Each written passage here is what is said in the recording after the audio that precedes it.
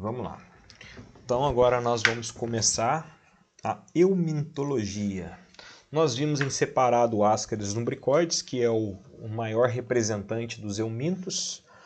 E agora vamos ver os outros eumintos de importância clínica para o nosso estudo de parasitologia clínica.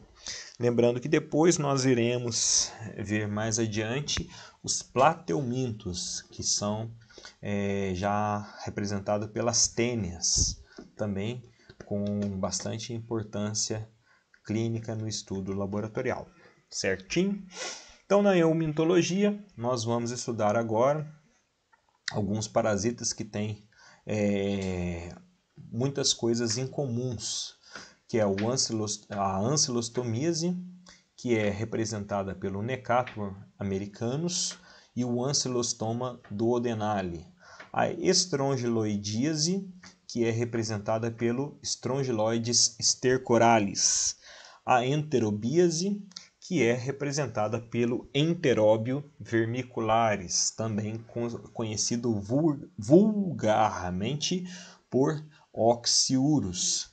E temos a tricuríase, que é representada pelo parasita chamado Trichuris trichiura. Certinho? Tudo nome bonitinho, né? Vamos lá então. Bom, os agentes etiológicos, né? Falei, Necator americanus, Ancylostoma duodenalis, Enteróbios vermiculares, passou.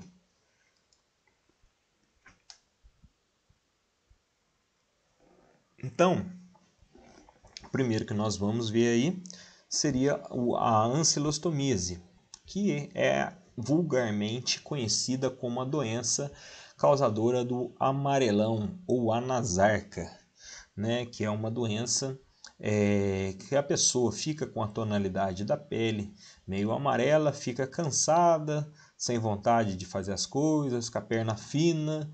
Então, era vulgarmente conhecida no passado aí na zona rural como amarelão ou anasarca. Ela é geralmente assintomática ou sintomas bem leves, aonde no seu quadro agudo infeccioso, você pode ter crises de náuseas, vômito, diarreia, dor abdominal e bastante flatulência. Isso aí, a parasitologia, o bom é que ela chega a ser fácil estudar, porque a maioria dos parasitas ela causa a mesma patogenia intestinal, né? Então, como eles atingem um órgão comum, os parasitas intestinais, né? Então, a sintomatologia relacionada a esses quadros é uma sintomatologia bem semelhante. Mas tem as parasitoses extraintestinais também, as formas extraintestinais destes ou de outros parasitas, né? Então é preciso fazer um bom diagnóstico diferencial. As complicações em crianças, né, estão relacionadas à hipoproteinemia, que é a baixa ingestão de proteína. Essa baixa ingestão de proteína vai causar um atraso no seu desenvolvimento, também podendo causar anemia ferropriva, que é anemia por deficiência de ferro, causando a presença de hemácias microcíticas e hipocrômicas no sangue periférico visualizado pelo hemograma. Decorrentes ao ciclo de Loss. Todos esses parasitas da eumintologia, eles também realizam o ciclo de Loss, ou seja, uma etapa da sua maturação larvária se passa no pulmão, sendo que essa etapa faz com que possa ocorrer a chamada síndrome de Luffer, que é a pneumonite eosinofílica parasitária, uma pneumonia de origem parasitária, certo?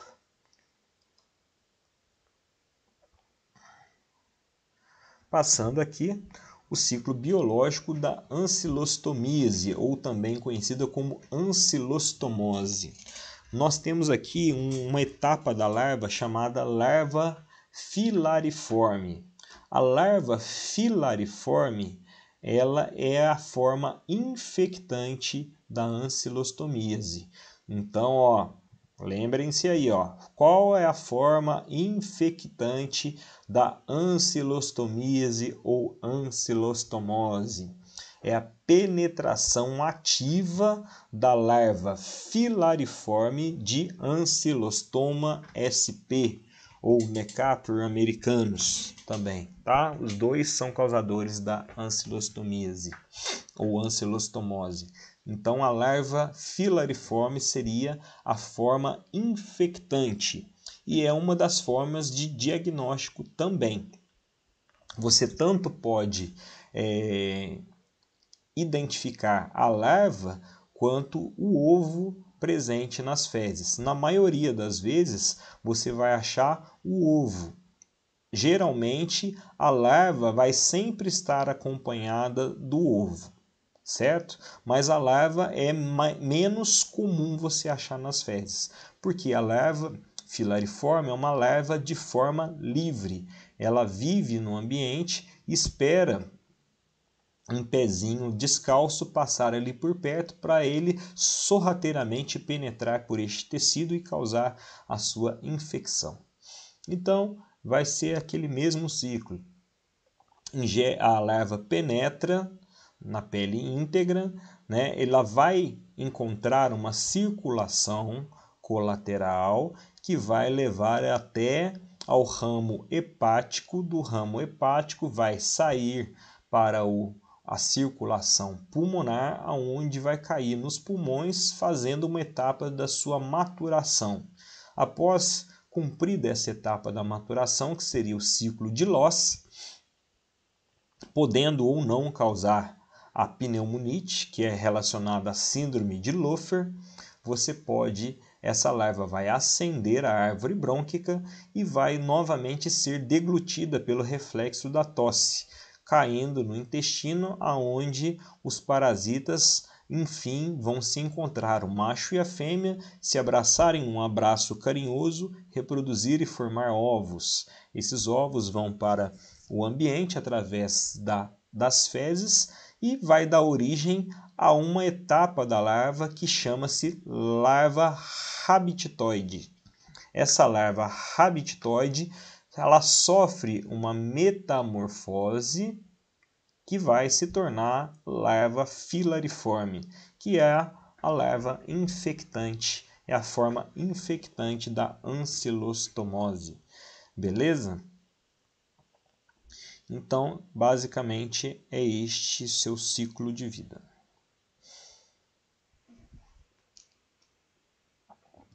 Passando aqui adiante.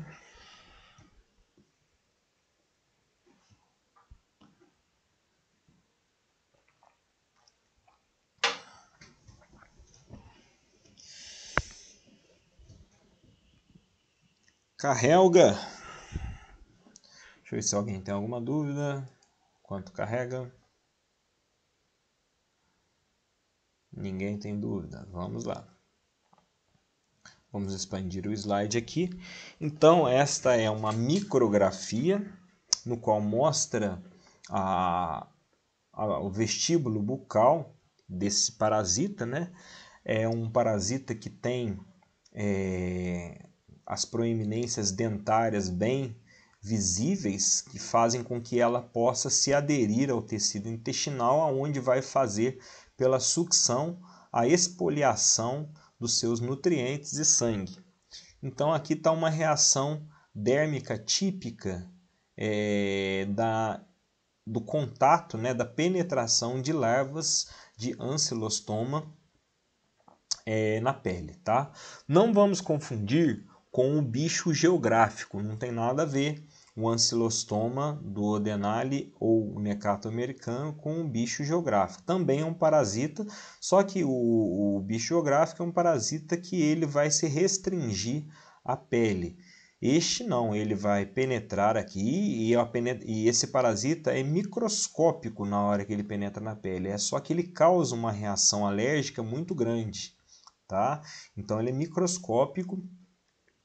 Ele vai causar uma reação alérgica bem característica e ele vai procurar uma circulação colateral até ele ser direcionado para o pulmão. Ele tem um tropismo para o pulmão, onde ele precisa chegar para fazer a sua etapa de maturação larvária. Então, o tamanho deste parasita é bem menor em relação ao do Ascaris lumbricoides. Ele é poucos centímetros, se eu não me engano, 3 centímetros no máximo, o verme adulto. E os ovos dele são ovos bem característicos, bonitinhos, fáceis de ser identificados, que ele possui apenas uma membrana, não é uma membrana mamilonada, é uma membrana bem simples, delgada, fina, com várias células em divisão interna, que são os progenitores, as células progenitoras da larva, tá certo? Então, é um ovo bem característico, fácil de ser identificado.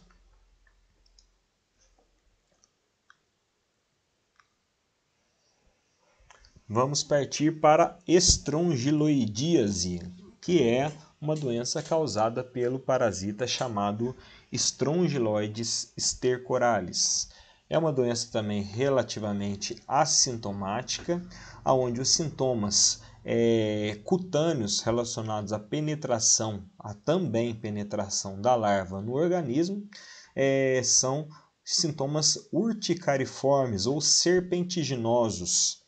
Ele penetra na pele, fazendo com que ocorra essa urticária, que coça bastante e tem um aspecto serpentinoso na pele, uma reação alérgica que deixa um prurido, além de uma eritrema serpentinoso.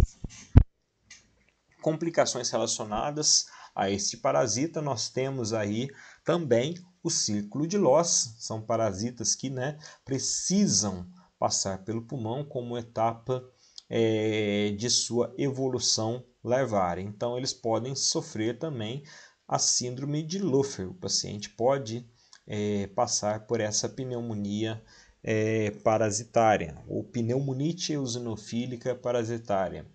Manifestações intestinais comuns: diarreia, dor abdominal, flatulência. Nada de novo relacionada a parasitas, não é? Então, a estrongiloidíase, as complicações são relacionadas. É um parasita que pode gerar quadro febril, ela leva a dor abdominal, anorexia, náuseas, vômito, diarreia grave e manifestações pulmonares. A síndrome de Luffer relacionada à estrongiloidíase é a mais sintomática, vamos dizer assim.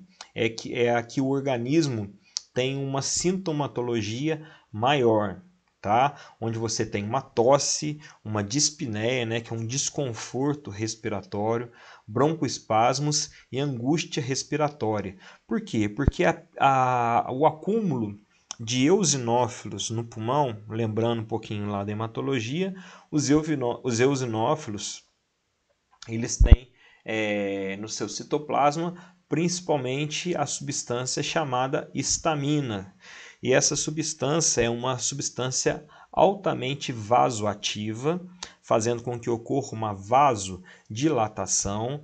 Ela promove também um acúmulo de líquidos, e esses líquidos inflamatórios causam uma constipação dos alvéolos pulmonares, fazendo com que a pessoa tenha uma dificuldade de absorver esse oxigênio, certo? Então, é devido à ação direta das citocinas eosinofílicas sobre o pulmão, causado por esse parasita. Então, esse parasita tem um potencial muito grande de causar as reações mais graves da síndrome de Luffer.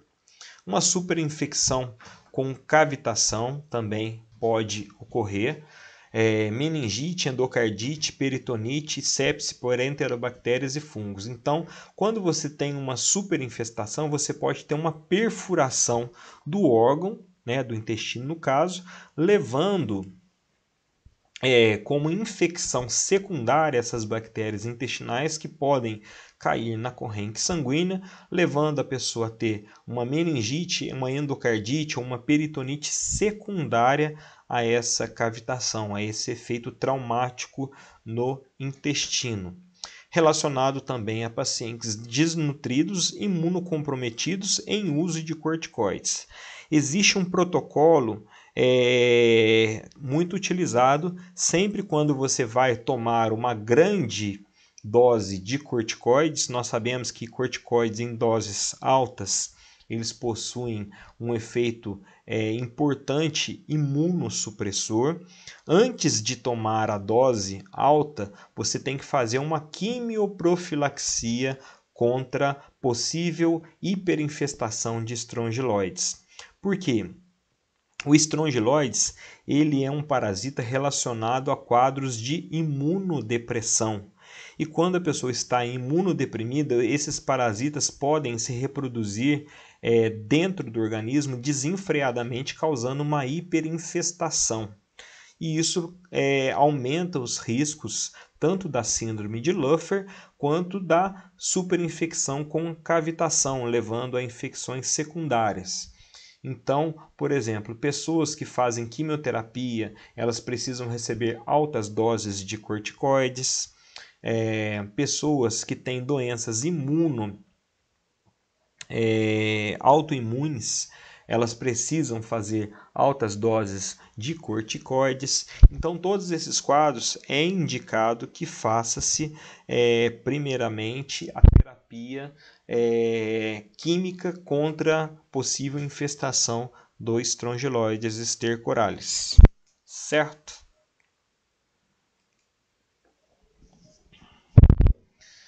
Passando ao seguinte, aqui o ciclo biológico do Strongyloides stercoralis, ele tem dois ciclos, que seria um ciclo de autoinfecção interna e o ciclo normal de infecção externa, né? Na qual o parasita, a larva habitoide, ela se transforma em larva filariforme e essa larva vai penetrar pela pele. Então, qual a forma infectante para a estrongiloidíase? Seria a penetração ativa da larva filariforme de Strongyloides stercoralis pela pele íntegra. Então, esta que é a forma infectante, tá? E qual é a forma de autoinfecção? A forma de autoinfecção seria a reprodução do parasita dentro do organismo e a larva fazer a penetração pelo interior do intestino. Ele penetra no intestino, se reproduz, faz o ciclo de Luffer e gera mais parasitas. Então é um parasita que ele tem a possibilidade de autorreplicação dentro do organismo. Por isso é o caso anterior que eu falei aqui para vocês, né, relacionado a pacientes desnutridos, imunocomprometidos ou corticoides, a possibilidade de superinfestação, porque esse parasita ele pode fazer uma autoinfecção interna, então isso causa uma hiperinfestação, certo?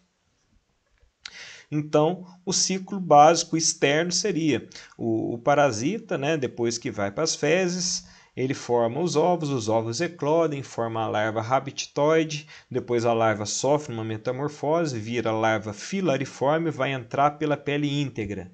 Na pele íntegra ele vai procurar circulação, vai aos pulmões, do pulmão sofre metamorfose, é deglutido, ele passa ao intestino que começa a se multiplicar. Daí ele pode tanto dar origem ao seu ciclo externo quanto fazer uma autoinfecção interna, gerando replicação parasitária.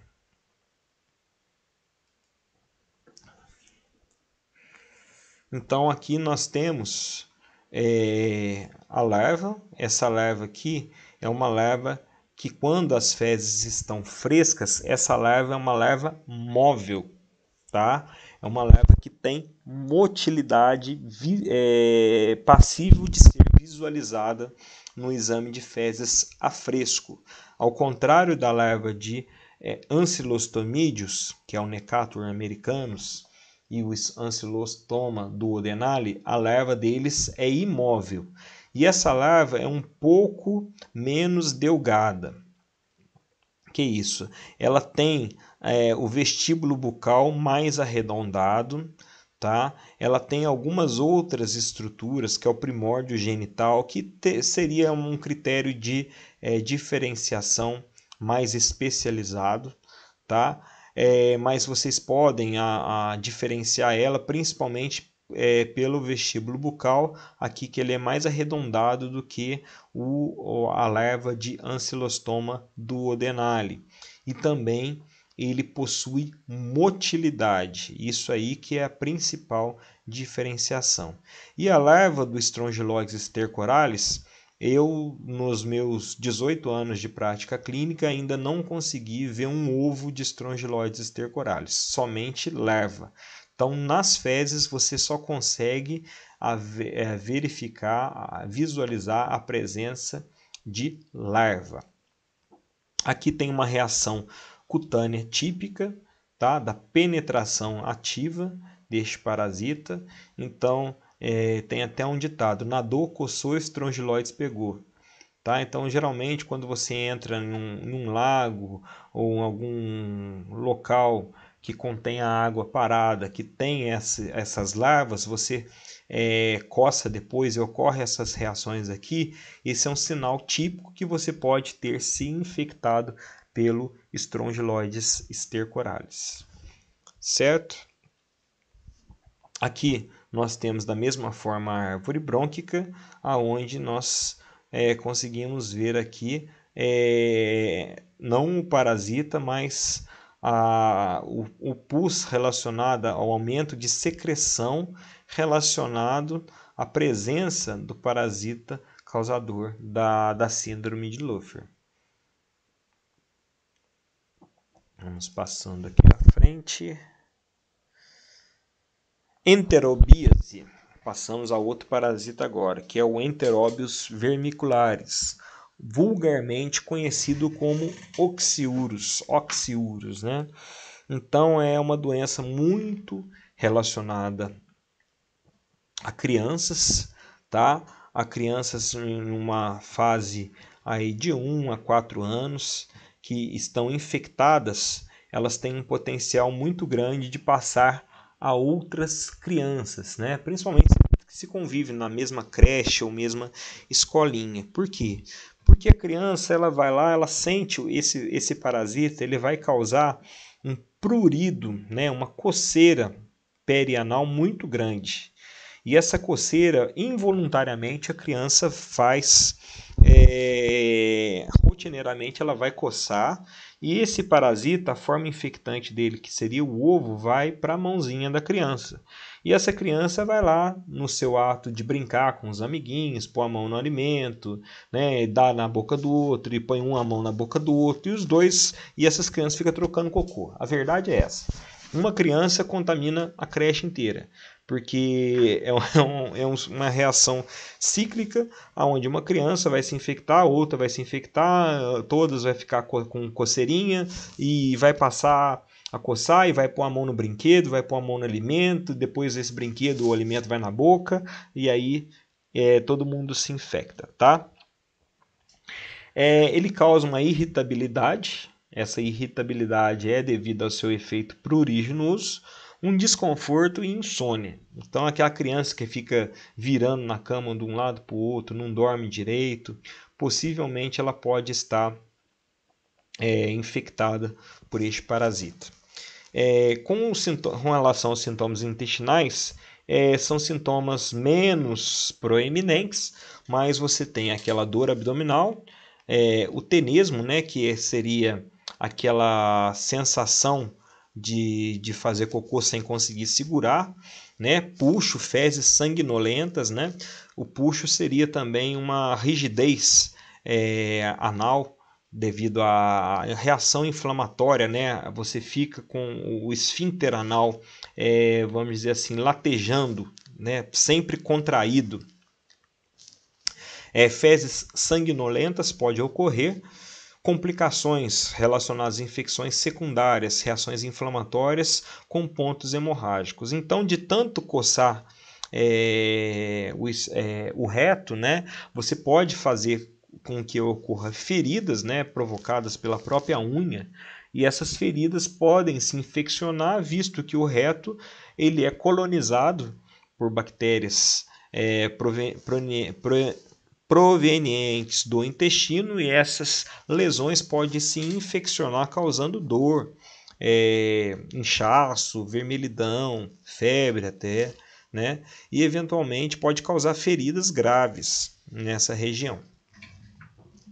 Raramente pode causar granulomas pélvicos, vulvovaginite e salpingite, que são infecções dos órgãos internos, principalmente da mulher. Como é um parasita que tem um tropismo para o ânus, né? Ele fica na parte perianal ou anal, a anatomia da mulher favorece eventualmente a infecção acidental desse parasita que penetra pela vagina, podendo atingir o útero ou ovário, causando esses chamados doenças raras, né? Granulomas pélvicos, vulvovaginite e a salpingite. Tá certo? É bem difícil acontecer isso, mas existe a probabilidade.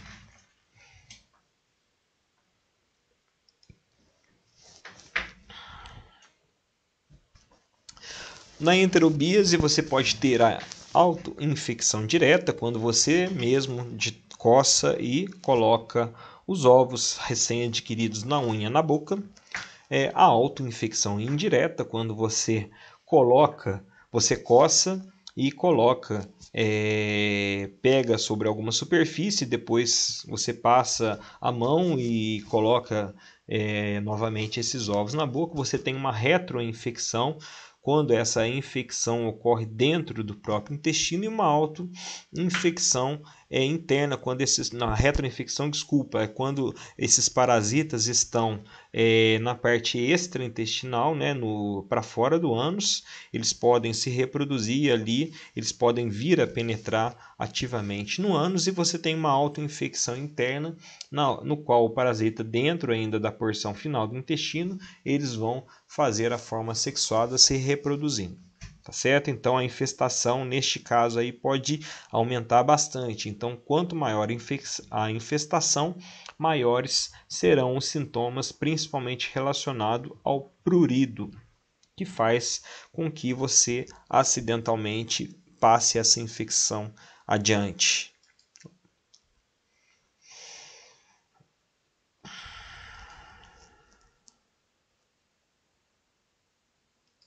Acho que eu passei aqui. O ciclo biológico da enterobíase, né? A ingestão do ovo. Qual que é a forma infectante da enterobiose ou da enterobíase? Seria a ingestão de ovos de enteróbios vermiculares, tá certo? E essa ingestão pode ser ativa, passiva. Então, mas a forma infectante seria a ingestão de ovos de enteróbios vermiculares. Então, esses ovos vão ser deglutidos, vão para o estômago, no estômago passam ao intestino grosso, ele fica na porção final do intestino grosso, onde os parasitas macho e fêmea vão se amar, se acasalar e produzir mais e mais e mais ovos. Esses ovos vão eclodir internamente, sendo uma retroinfecção interna, ou eles podem eclodir na parte perianal, deixando os seus ovos bem no ânus. Daí por diante, nós temos os ovinhos de enteróbios vermiculares. Aqui nós temos uma micrografia na porção próxima ao reto, onde você verifica uma larvinha assim. Então, geralmente importante ver nas fezes de criança a presença dessas microlarvinhas.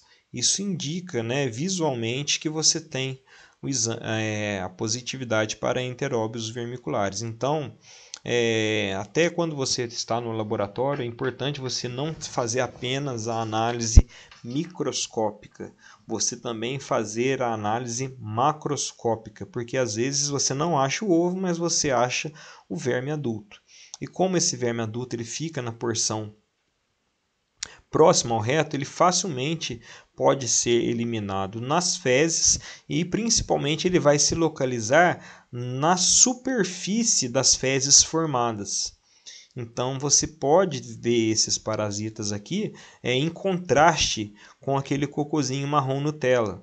Então esse parasita ele vai ser o contraste que vai enfeitar o cocôzinho marrom Nutella. Aí você já tem a possibilidade de fazer um diagnóstico. Você pode encontrar as larvas também, mas é um achado bem raro. A larva é um pouquinho diferente, tá? Mas a forma mais comum seria a forma dos ovos. E existe um diagnóstico bem interessante com relação ao teste utilizado para fazer o exame parasitológico de enteróbios vermiculares. Quando a criança está com bastante coceira, o médico pode pedir um exame chamado exame da fita gomada. Esse exame da fita gomada nada mais é do que você pegar uma fita transparente dupla face, colocar ela em um tubo de ensaio, daquele um pouquinho mais calibroso, certo? E levemente passar esse tubo de ensaio de forma no reto da criança, tá? No ânus da criança, quer dizer. Você passa, esfrega e se tiver ovos nessa região, esses ovos vão ficar aderidos a essa fita. Depois você destaca a fita do tubo e cola ela diretamente na lâmina e faz o exame. Então ele vai aparecer dessa forma aqui. Seria um método da fita gomada. Ele é um método específico para enteróbios vermiculares, tá certo? Por quê? Porque esse parasita coloca os seus ovos e esses ovos ficam na zona perianal, no ânus e na zona perianal. Então você passa esse tubo nessa região, né? Com a fitinha vai aderir esses ovos e você pode facilmente ter o diagnóstico, só tirar a fita, colocar no microscópio, na lâmina, né? Colar ela na lâmina e visualizar no microscópio.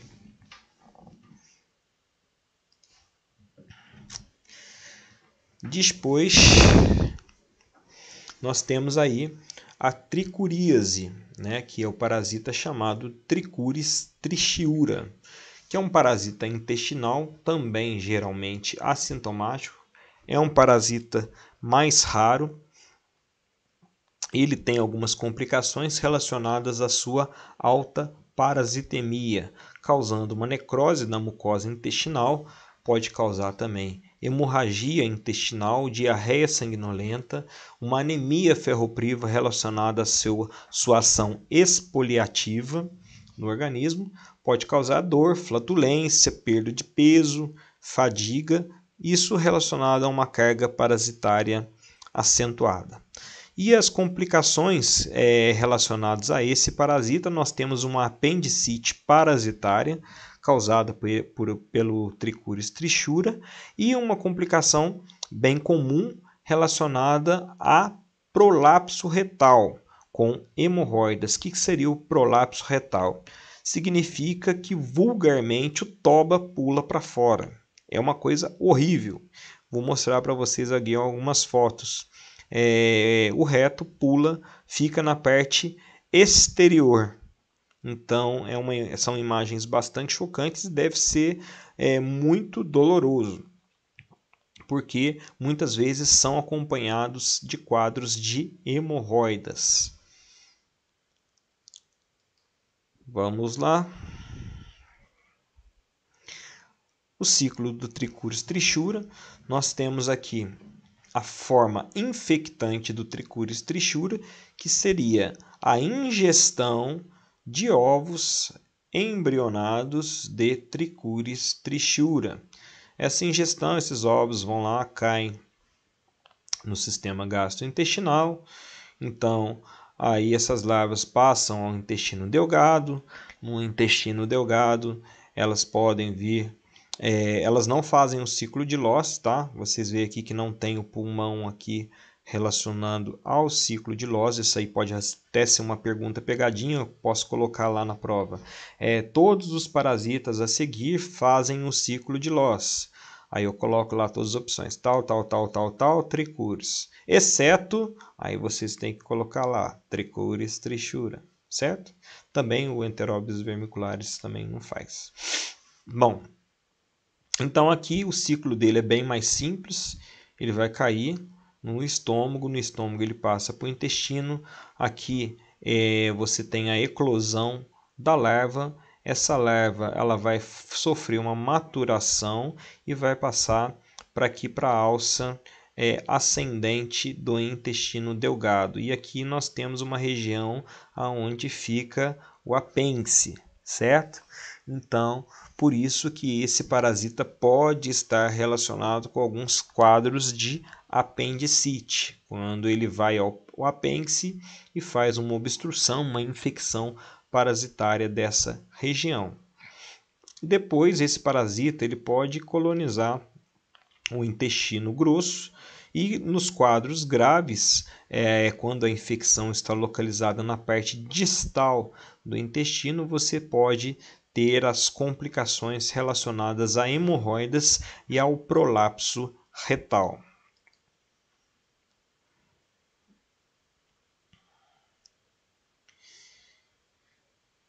Então, aí a forma do verme adulto, isso não é a cabeça do parasita, isso é a cauda, a cabeça ela é puntiforme.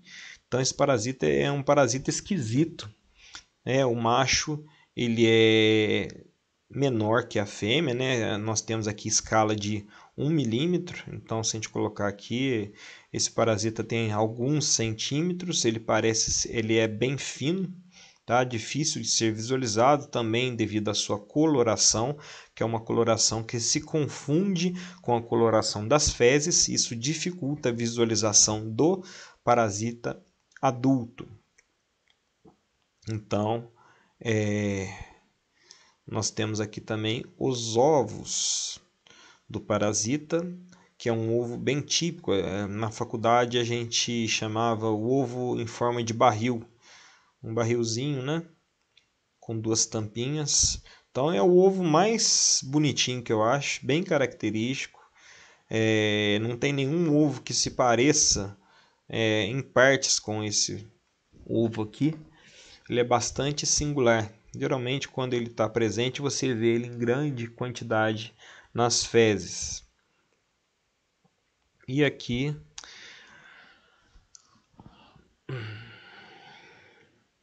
nós temos o circo dos horrores, que é o prolapso retal. Aqui nós temos um prolapso retal, onde o reto pulou para fora, e aqui as hemorroidas satélites. Imagina o quanto isso não deve estar doendo. E aqui já tem a área de necrose, infecção secundária. Isso aqui deve estar um meio de cultura só. Imagina só, isso aqui já está tudo inflamado, tudo infeccionado. As bactérias que saem do intestino devem sair, já deve vir para cá, deve infeccionar. Então, para a pessoa ter deixado chegar a um ponto desse aqui, eu não sei em que mundo que essa pessoa deveria estar. É muito, muito, muito complicado mesmo, né? Aqui um quadro inicial de prolapso retal. Muitas vezes esse prolapso retal só é revertido cirurgicamente, mas deve ser uma situação altamente dolorosa, tá?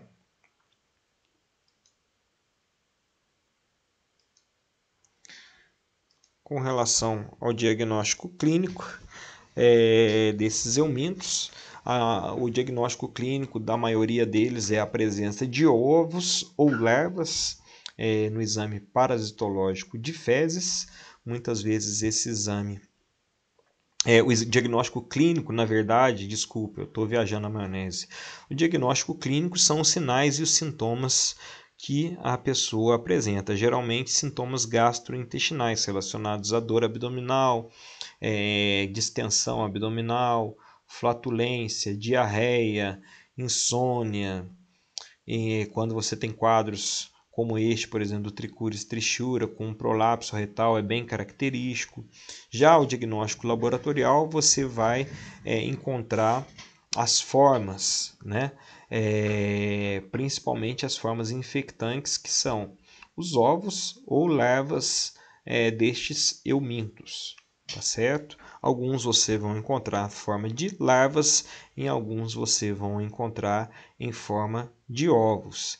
Existe também a sorologia, que é uma metodologia menos aplicada, porque a parasitologia, esses parasitas não desenvolveram uma determinada resistência aos medicamentos antiparasitários.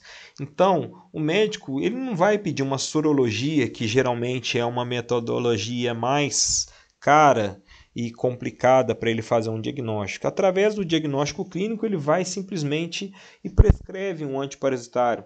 Então, até pessoas têm o costume já de tomar esses antiparasitários uma vez por ano, porque são medicamentos que não você consegue comprar eles sem a prescrição médica, apesar de seus efeitos colaterais. Deveria sempre ser consultado o médico nesses casos por causa dos seus efeitos colaterais, principalmente a interação com o álcool ou outras drogas. Mas as pessoas muitas vezes têm o costume de fazer o uso sem prescrição médica desses medicamentos como um tratamento profilático para parasita, certo? As medidas de controle são as mesmas de sempre: educação sanitária, saneamento básico, cuidados com a saúde de alimentos, higiene pessoal, um cuidado especial com os manipuladores de alimento para que sejam afastados, ou tomem medidas especiais para que eles não tenham contato direto com os alimentos, tratamento em massa, porque você diminui a disseminação no meio de uma sociedade pouco instruída, principalmente. Certo? Então, esta foi a aula de eumintologia. Falamos aí da maioria dos parasitas.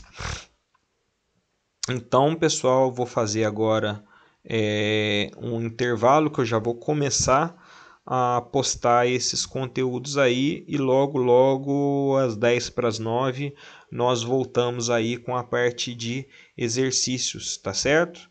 Alguma pergunta antes do intervalo?